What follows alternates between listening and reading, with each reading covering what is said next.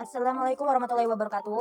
Saya Maria Alfa dari Prodi Ekonomi Syariah, semester 6, Sekolah Tinggi Ekonomi Syariah Tes Tunas Palapa. Di sini saya akan mempresentasikan terkait matkul manajemen investasi syariah. Di slide yang pertama, di sini ada 3 daftar pembahasan. Yang pertama ada gambaran umum, pembahasan, kesimpulan. Gambaran umum di sini yaitu jelaskan apa yang dimaksud dengan amil, muzaki, mustahi, riba, horor, maisir, dan sebutkan ayat Al-Quran yang melarang riba. Pembahasan yang pertama yaitu ada muzaki. Apa itu muzaki? Muzaki adalah orang yang dikenai kewajiban membayar zakat atas kepemilikan harta yang telah mencapai nizab dan haul. Yang kedua ada mustahi. Mustahi adalah orang-orang yang berhak menerima zakat, dan yang terakhir ada amil zakat, yaitu lembaga atau perorangan yang mengelola zakat. Pembahasan selanjutnya di sini ada muzaki. Seorang dikenai kewajiban membayar zakat jika memenuhi kriteria berikut ini. Yang pertama, beragama Islam. Kewajiban zakat hanya diwajibkan kepada orang Islam. Hadis Rasulullah SAW menyatakan, Abu Bakar As-Siddiq berkata, inilah sedekah atau zakat yang diwajibkan oleh Rasulullah kepada kaum muslim. Hadis riwayat Bukhari. Yang kedua yaitu ada merdeka. Karena kewajiban membayar zakat hanya diwajibkan kepada orang-orang yang merdeka. Hamba sahaya tidak dikenai kewajiban berzakat. Yang ketiga, dimiliki secara sempurna. Harta benda yang wajib dibayarkan zakatnya adalah harta benda yang dimiliki secara sempurna oleh seorang muslim. Yang keempat, mencapai nizab. Apa itu? Seorang muslim wajib membayar zakat jika harta yang dimilikinya telah mencapai nisab. Nisab zakat harta berbeda-beda, tergantung jenis harta bendanya. Yang kelima atau yang terakhir yaitu telah haul. Harta benda wajib dikeluarkan zakatnya jika telah dimiliki selama 1 tahun penuh. Hadis Rasulullah menyatakan, Abdullah ibnu Umar berkata, Rasulullah SAW bersabda, tidak ada zakat pada harta seseorang yang belum sempurna 1 tahun dimilikinya. Hadis riwayat Daruqutni. Pembahasan selanjutnya yaitu mustahi. Ketentuan tentang siapa saja yang berhak menerima zakat telah diatur dengan jelas dalam Quran Surat At-Taubah surat ke-9 ayat 60, yang memiliki arti sesungguhnya zakat itu hanyalah untuk orang-orang fakir, orang miskin, amil zakat yang dilunakkan hatinya atau mu'alaf, untuk memerdekakan hamba sahaya, untuk membebaskan orang yang berutang, untuk kepentingan di jalan Allah, dan untuk orang yang sedang dalam perjalanan. Sebagai kewajiban dari Allah, Allah Maha Mengetahui, Maha Bijaksana. Quran Surat At-Taubah surat ke-9 ayat 60. Adapun penjelasannya adalah sebagai berikut. Yang pertama, orang fakir, yaitu orang yang penghasilannya tidak cukup untuk memenuhi kebutuhan hidupnya sehari-hari pada taraf yang paling minimal sekalipun.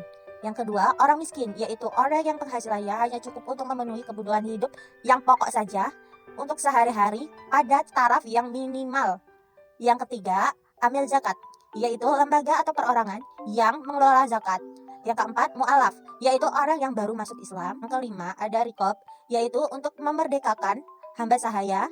Yang keenam, ada kharimin, yaitu untuk membebaskan beban orang yang berutang untuk kepentingan kebaikan.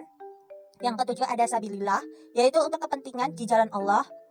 Yang kedelapan atau yang terakhir, ada ibnu sabil, yaitu orang yang dalam perjalanan yang kehabisan bekal dan perjalanan tersebut untuk tujuan kebaikan seperti mahasiswa atau santri yang menuntut ilmu di luar kota. Pembahasan selanjutnya di sini ada 3 faktor yang harus dihindari dari transaksi, atau faktor-faktor yang wajib banget dihindari dari transaksi. Yang pertama ada riba. Riba sendiri yaitu penetapan bunga atau melebihi jumlah pinjaman saat pengembalian berdasarkan persentase tertentu dari jumlah pinjaman pokok yang dibebankan kepada peminjam. Yang kedua ada horor, yaitu ketidakpastian dari transaksi yang diakibatkan dari tidak terpenuhinya ketentuan syariah dalam transaksi tersebut. Kategori unsur horor antara lain dari segi kuantitas, tidak sesuainya timbangan atau takaran. Kemudian dari sisi kualitas, terdapat ketidakjelasan pada kualitas barang.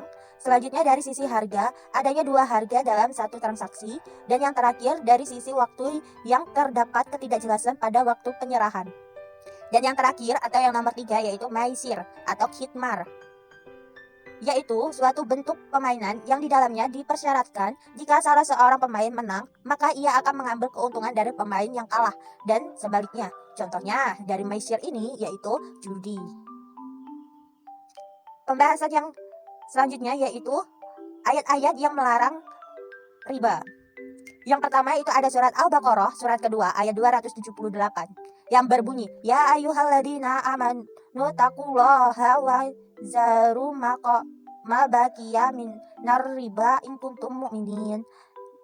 Yang artinya, wahai orang-orang yang beriman, bertakwalah kepada Allah dan tinggalkan sisa riba yang belum dipungut jika kamu orang beriman.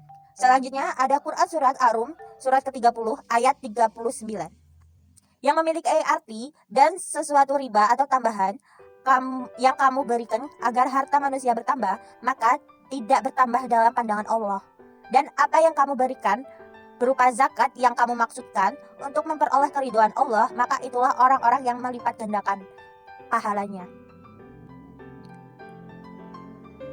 Dari kesimpulan materi sebelumnya, di sini ada 3 kesimpulan yang didapatkan. Kesimpulan yang pertama yaitu terkait zakat. Zakat adalah bagian tertentu dari harta yang wajib dikeluarkan oleh setiap muslim apabila telah mencapai syarat yang ditentukan atau yang diterapkan sebagai salah satu rukun Islam. Zakat ditunaikan untuk diberikan kepada golongan yang berhak menerimanya atau asnaf. Kesimpulan yang kedua, menurut istilah dalam kitab Al-Hawi Al-Mawardi mendefinisikan zakat dalam nama pengambilan tertentu dari harta tertentu menurut sifat-sifat tertentu dan untuk diberikan kepada golongan tertentu. Orang yang memenuhi zakat diberikan nama atau disebut muzaki, sedangkan orang yang menerima zakat disebut mustahi, serta badan atau perorangan yang mengelola zakat disebut amil. Serta kesimpulan yang ketiga atau yang terakhir yaitu 3 faktor yang harus dihindari dari transaksi. 3 faktor tersebut yaitu yang pertama ada riba, yaitu penetapan bunga atau melebihi jumlah pinjaman saat pengembalian. Yang kedua ada gharar, yaitu ketidakpastian dalam transaksi yang diakibatkan dari tidak terpenuhinya ketentuan syariah dalam transaksi tersebut. Dan yang ketiga maishir atau kimbar, yaitu judi. Sekian presentasi yang bisa saya sampaikan, kurang lebihnya saya mohon maaf yang sebesar-besarnya. Saya akhiri, wabillahi taufiq wal hidayah. Wassalamualaikum warahmatullahi wabarakatuh.